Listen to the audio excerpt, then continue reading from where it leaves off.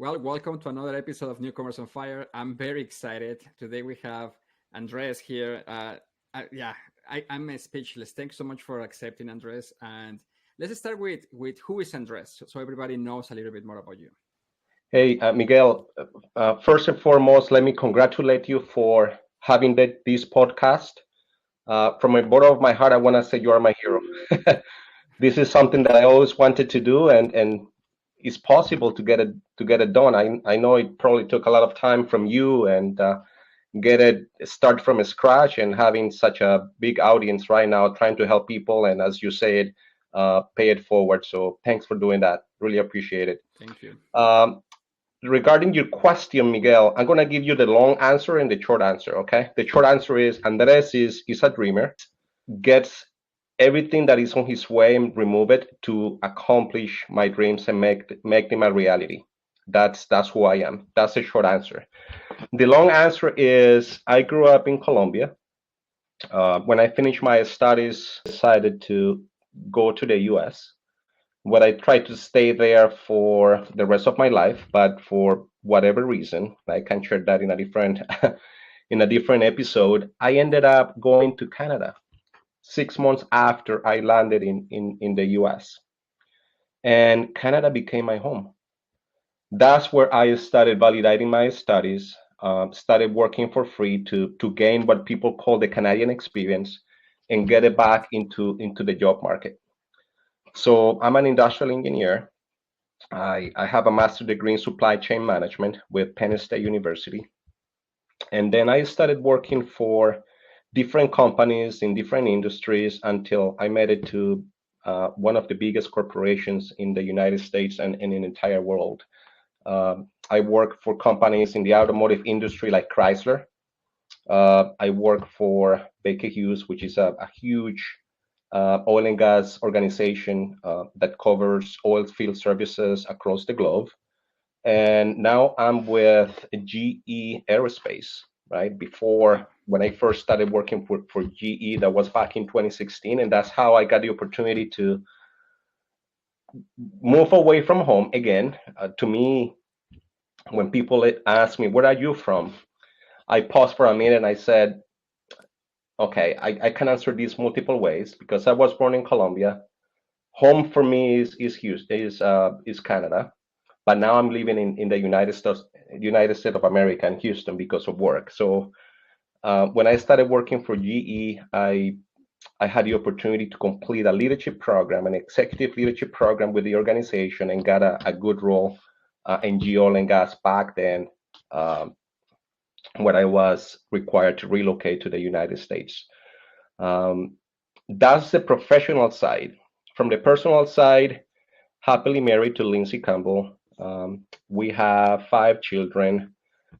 Laura is 24, Ian is 18, Ella is 13, Natalie is 6, and now Gabriel is a year and a half. So is busy is busy at work and is busy at home as well. So that's the long answer for you, Miguel.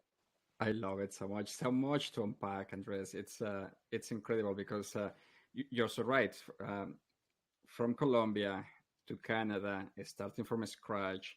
In Canada, being an engineer is a regulated profession, and we're going to be talking more about that. That means that pretty much you need to do a lot of things just for people to say like, yes, you got it. You are an engineer. It's like, oh yeah, you're right. You are truly an engineer.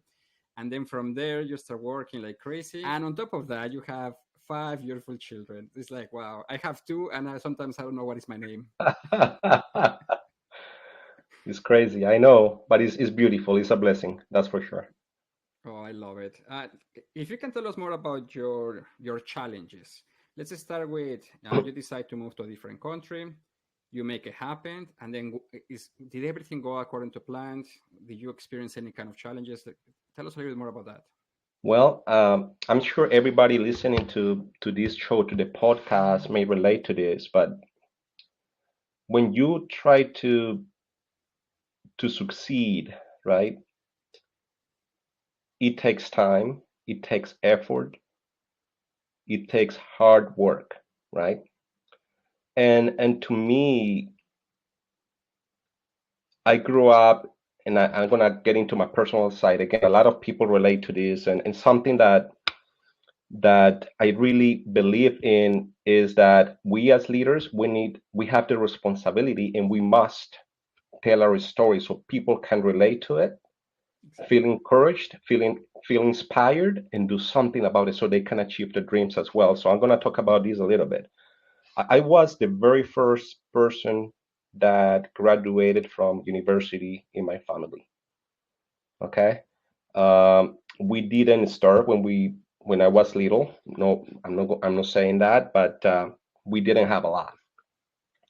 So I felt a lot of weight on my shoulders when I had the opportunity to go to school and graduating. And to me that was amazing because my family did so much for me to be able to do that, right? So I started working after I graduated, but I didn't feel fulfilled, right? Personally and professionally. And there were certain factors that forced me to leave the country, right? I came to Canada as a refugee, all right? So there are multiple things that unlocked my potential in being able to do what I've done so far, right? To me, success is when I talk about success, it's not a destination, it's the entire journey, right? So being able to put a challenge on myself to say you can do better and achieve bigger things was something that helped me get the drive to achieve success, right? So, and again, success is the journey, no, it's not a final destination. But when I talk about success, Miguel, I look at four different elements with that word, right? The first one is leadership, right? And the way I think that helped me a little bit in the way I work and in the way I interact with different people. I like to put structured things. So success, think of four different elements. The first one is leadership, right? Talent, commitment, and hard work, right? Right. So when you think about leadership, within leadership, I have two streams that go in there. The first one is how do you develop yourself, right? From to go from step one to step two. And the other one is how can you, and that's something that is unique to you, right? And the other part of leadership is the other people. How do you develop others, right? And again, the reason I'm speaking to you today, the reason why I want people to listen to this discussion is because I want them to feel inspired, right? So that's the part of leadership. When it comes to talent, there is something specific about that.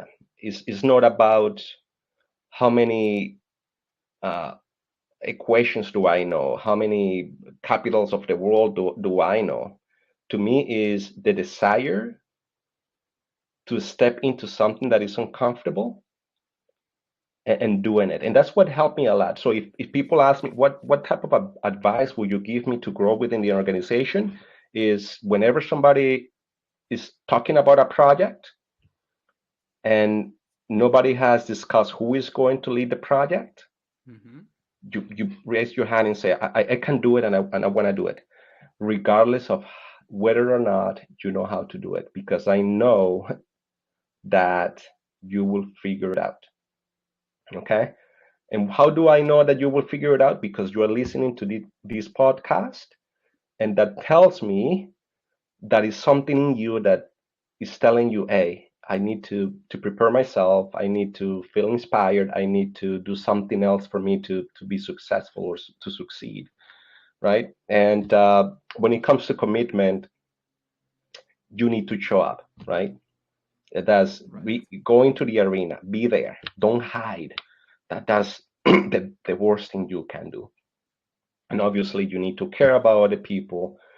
You need to show compassion and so on and so forth. And hard work is key to me. That's a foundational piece about it, right? There is a quote from Thomas Alva Edison, and I have it on my desktop at work. That's the background image that he says, the opportunity is missed by most because it's dressed in overalls, Yes. and it represents hard work, right? It's not easy, right? Waking up at 5 in the morning to connect with people in Asia or in India, right? It's not that easy. Or you work 12 hours shift, quote unquote, and then at 7 o'clock you need to go back on the phone on a Teams call or a Skype call in order to connect with Malaysia because you're working on a project, right? So is being there. That's what I'm talking about. It's not that easy, but it's possible.